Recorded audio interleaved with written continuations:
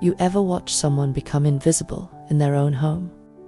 She used to laugh with her whole body, loud, bold, real.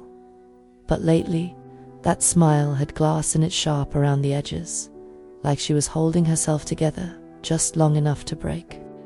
Properly, he came home every night, smelling like cologne she didn't buy, and wore that same smirk, the kind that says, "You won't question me because you know how I punish questions." Dinner turned into silence.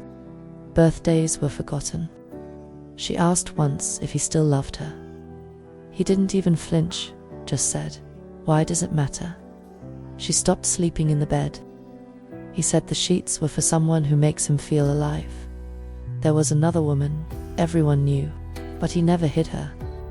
Just held her hand through parties, posted her on social media, kissed her like movie scenes while his wife watched from the sidelines. And what's worse, he treated his wife like the side piece. The woman he saw when the main event was busy. She'd dress up to feel seen. He'd say she looked desperate. She tried cooking his favorite meal. He left it untouched and posted a photo of the other woman's takeout with the caption, "Queen Energy." I saw her break quietly, not loudly or dramatically, just piece by piece, like a wallpaper peeling off in a room no one enters anymore. She used to write poetry. Now she wrote apology letters to herself for staying. It was the whispers that finally undid her. Friends pulling her aside, asking, "Do you know what he says about you?" Work colleagues who acted like her misery was contagious. One night, I found her staring at her reflection, wearing a dress she'd bought years ago. Still had the tags on. She said, "I wanted to wear this for him." Once, I asked her why. She stayed. She said, "Because when you're treated like the other woman in your own marriage, part of you starts believing that's all you're worth." But she did leave no note, no argument, just her wedding ring left inside the freezer, buried in ice. She now lives quietly, off-grid, no social media, no selfies, just the sound of wind, forest, and the occasional scream into the dark.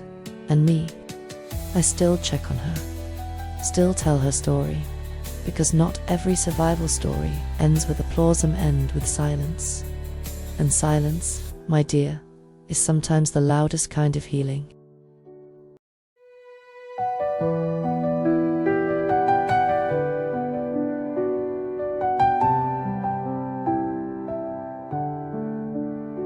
A flash of red in a sea of gray. She walks alone, the world turns away.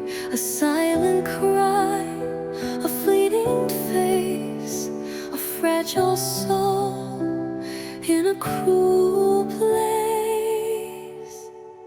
A little girl, where did you go? In shadows deep, in winter snow, a crimson thread through time's cruel tide, a story lost, a tear to hide.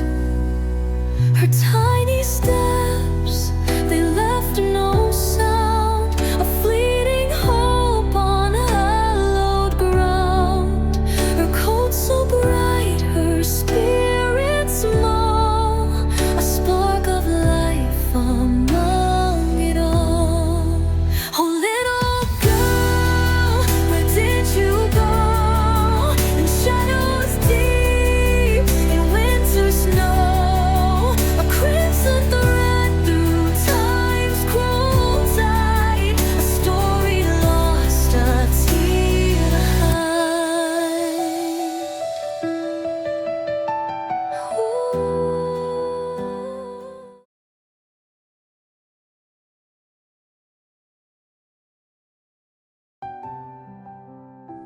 She doesn't talk about the past often, but when she does, it's like watching someone remember a fever, something that burned, thrilled, and scarred all at once.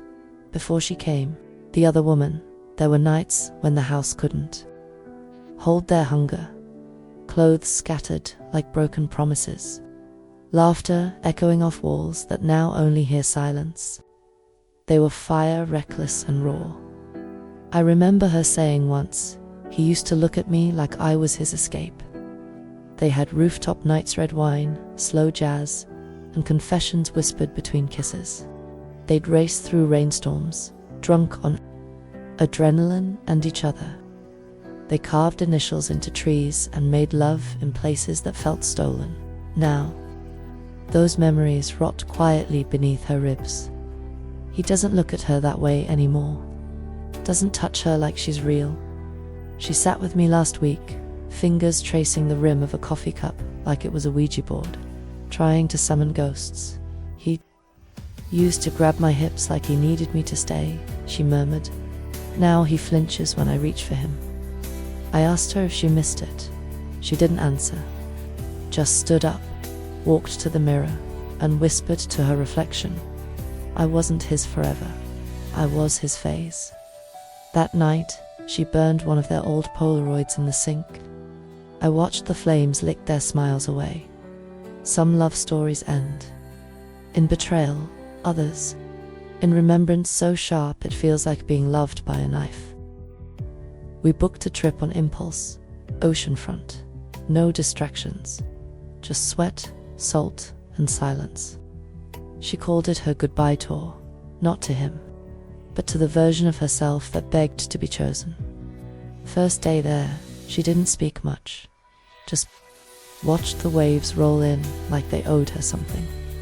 But by nightfall, she was radiant again, a wildfire in lipstick and heels. And he, her husband, was miles away, loving someone else publicly. Then he wasn't, because that Friday, he showed up. I still don't know how or why, but there he was, at the resort lounge, arm around his girlfriend like she was made of glass. He spotted her from across the room in that blood-red dress, sipping cocktails with a man she'd met earlier, a musician with a devil's smirk and a sinner's soul. His expression, fury, confusion, fear, because she wasn't begging anymore. She didn't acknowledge him, just leaned in closer to the musician and said something that made him laugh loud enough to rattle the bar. Her ex stood up. "Is this what you're doing now?" He barked. She turned, slow and deliberate, and stared at him like he was a ghost. "You brought her into our home," she said quietly. "I'm just bringing myself back to life." Then she reached for the musician's hand and walked away, hips swaying, eyes calm, the kind of exit you don't recover from. They ended up in the pool later. Just them, moon above, water warm, and yes, she reclaimed everything. Her skin, her laugh, her hunger. I won't narrate what happened, they're not out of modesty, but respect. She lived, fully, finally, and him. He sat at the edge of the pool with his glass and watched her become what he could never handle, a woman who doesn't need permission to burn.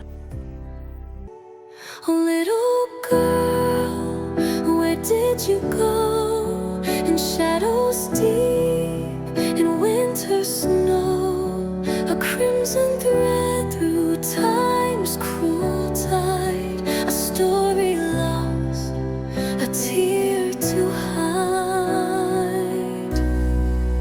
Her tiny steps